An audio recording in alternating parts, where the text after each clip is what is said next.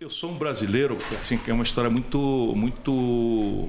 Eu tenho muito orgulho da minha história. É uma história que começa assim. Eu sou nascido, nem todo mundo sabe, eu sou nascido no interior de São Paulo, em Pindamonhangaba. Pindamonhangaba, né, no Vale do Paraíba, ali, vizinha Taubaté, São José dos Campos. Sim, Caçapava e tal. Tá tudo por ali, né? Nasci ali, filho de um pai cearense e de uma mãe paulista. E o meu pai e minha mãe passaram muita dificuldade, passaram fome mesmo. Meu pai é filho de um pequeno comerciante do interior do Nordeste, Sobral, Ceará.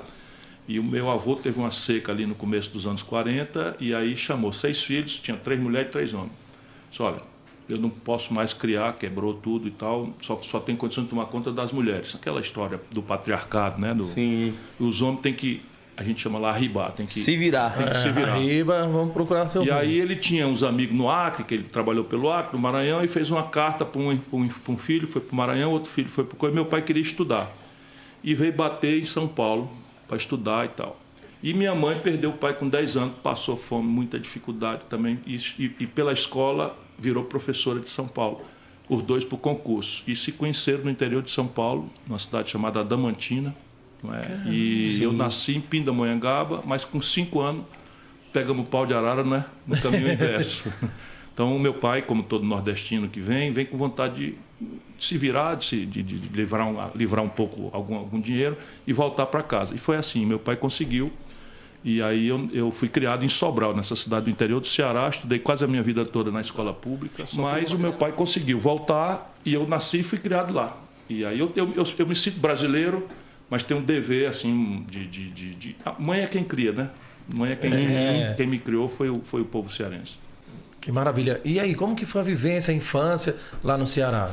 Foi uma infância assim, nunca passei fome, como os meus pais, mas assim, foi uma coisa muito regrada, bastante regrada. Estudava na escola pública, né? Então, enfim, tinha que raspar o cabelo para não chegar, para não pegar o piolho na época, né? E tal, e eu tinha raiva daquilo, mas eu compreendia e tal. Mas assim, todo tipo de brincadeira, na minha época, não tinha ameaça da droga. A droga era uma coisa careta. A única droga que se falava era maconha e ninguém ligava. Mesmo assim, ainda era bem, né, era muito reservado. Eu estou dentro dos 64 anos. Então, o que era droga para valer? Cigarro e bebida.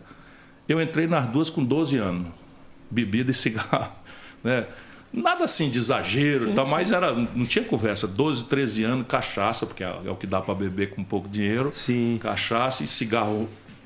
Cigarro continental sem filtro. TT, né? TTzinho pequenininho assim de cachaça. Isso.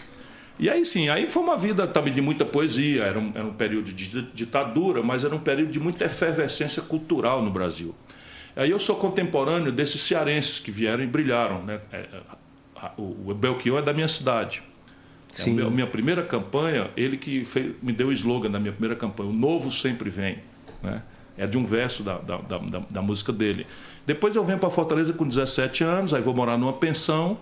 Meu pai pagava só comida, casa e roupa lavada e tal, e não tinha. Evidentemente não ia pagar cigarro, não ia pagar bebida, nem as coisas. Tinha que batalhar. Aí eu aprendi a fazer artesanato de couro, de sola. Né? Fazia cinto, que era mais fácil, mas fazia também sandália e tal. E aqui e ali me aventurava, né, numa bolsa, já tendo que ter ajuda. De couro, era uma moda muito grande de artesanato. E eu fazia 5 cintos ali, ligeirinho, chegava na porta de um hotel ali, nem falava nada. Artista. Ficava ali, artesanato de couro, sim. Aí juntava ali, vendia, era a grana do fim de semana para essas coisas. Feliz da vida. Fui feliz, é isso que eu ia te dizer. Fui feliz, sou feliz. Eu sou São uma pessoa... fases, né? Fases. Eu estava te falando na comemoração do teu aniversário que para quem vive em paz com a vida, sem ambição, sem egoísmo, cada idade tem uma beleza, cada idade tem uma... Você vai perdendo algumas coisas, né? Você imagina o que é. Sim. Vai ficando mais velho, mas vai ganhando outras, né? Sim, com certeza. E como que era o Ciro na escola? Rapaz, é o seguinte, você imagina, hoje a negada chama nerd, né? Nerd. Eu era um cara que eu tinha obsessão pelo primeiro lugar na escola. Competitivo? Mesmo? Muito. Mas assim, não contra os meus colegas. Sim. Eu queria cravar a prova toda. Eu queria o respeito dos professores. Ser o primeiro a terminar a prova o tempo ali. inteiro. Todos os anos da minha escola, todos. Eu fui o primeiro lugar. Não sei o que é se ficar de segunda época nem de recuperação na vida. Não sei mesmo, nenhuma única vez. Mas, ao mesmo tempo, como eu estou te dizendo, eu não era o careta, porque eu, por exemplo, tinha essa vocação da política, acho que eu comecei na creche.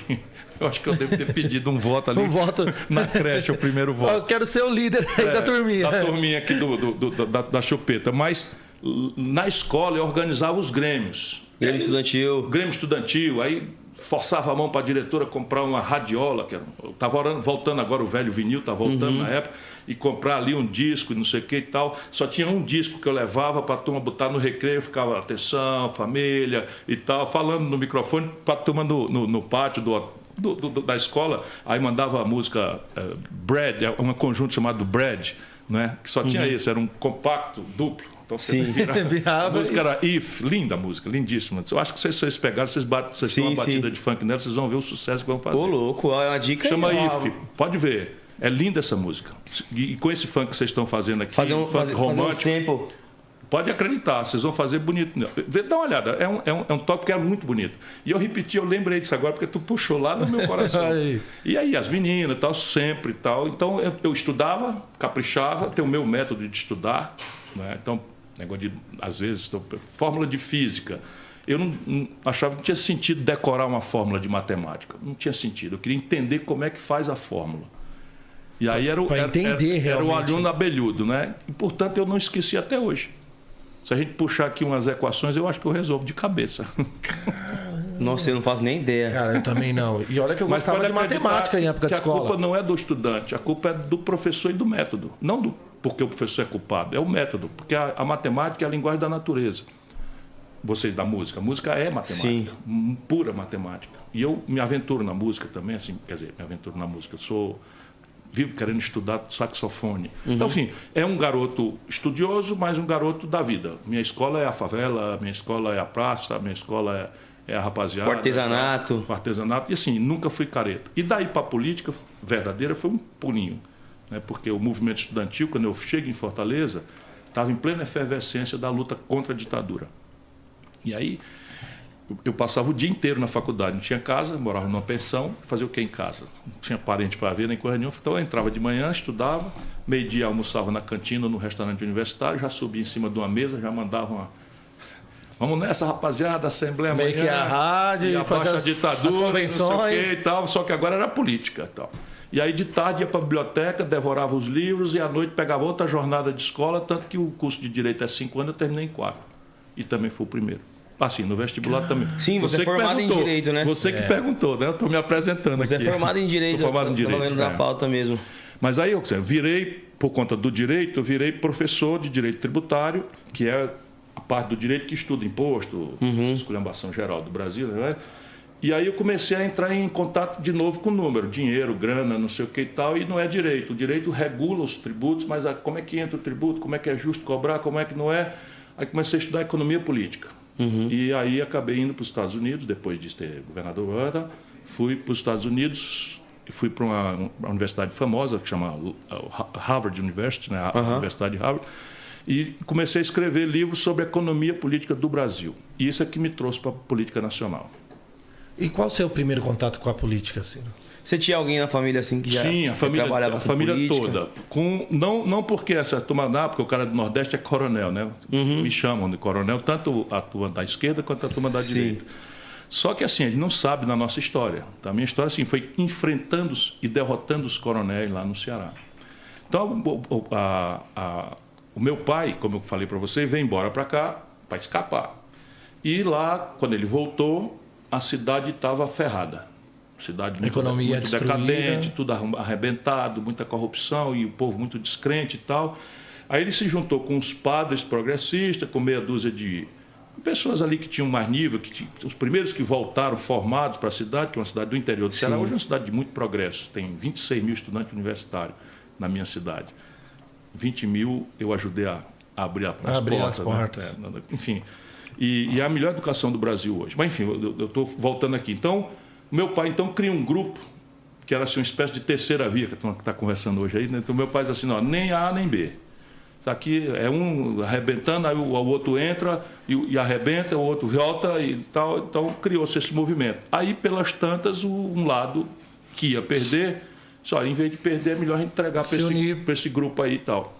E aí meu pai virou prefeito de Sobral na marra, né? E quando ele acaba o mandato, eu sou candidato a deputado estadual. É o meu primeiro mandato formal. Eu tinha 25 anos. Nossa. 25 anos. Mas já era formado. Minha idade praticamente assim. Eu tinha 25 anos, aí já era formado. Já era formado. Advogado. Voltei para morar na casa do meu pai, que você me disse que está morando na casa. Eu também não se sinta mal, porque eu voltei para morar na casa do meu pai. E era professor da universidade, e a minha primeira turma, todos os alunos eram mais velhos do que eu.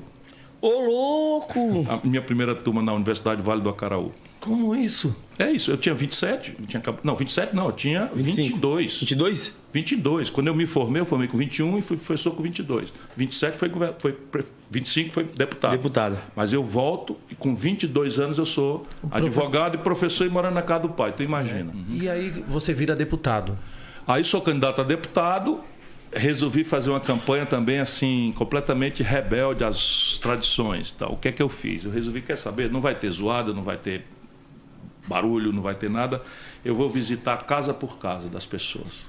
Famoso porta a porta, boca a boca ali. 5h30 da manhã eu saía, minha irmã, desculpa me incomodar, eu sei que você está muito zangada com a política e tal, mas olha, eu sou novo, está aqui o meu nome, está aqui minhas primeiras propostas, antes de decidir, me dê uma chance de ver minhas ideias e tal. E aí chegava na hora do almoço... Filava a boia aí. Filava a boia, até eles adoram, amam. E eu fiz isso até quando eu pude. Nos outros cargos, porque aí daí para frente foi muito rápido. Deputado, prefeito de Fortaleza, governador do Ceará, ministro da Fazenda. Aí eu, quer saber, eu vou parar para não tomar gosto desse negócio. Tá bom, né? Porque o que corrompe o político é tomar gosto, sabe? Não sair da vida real para essa vida artificial.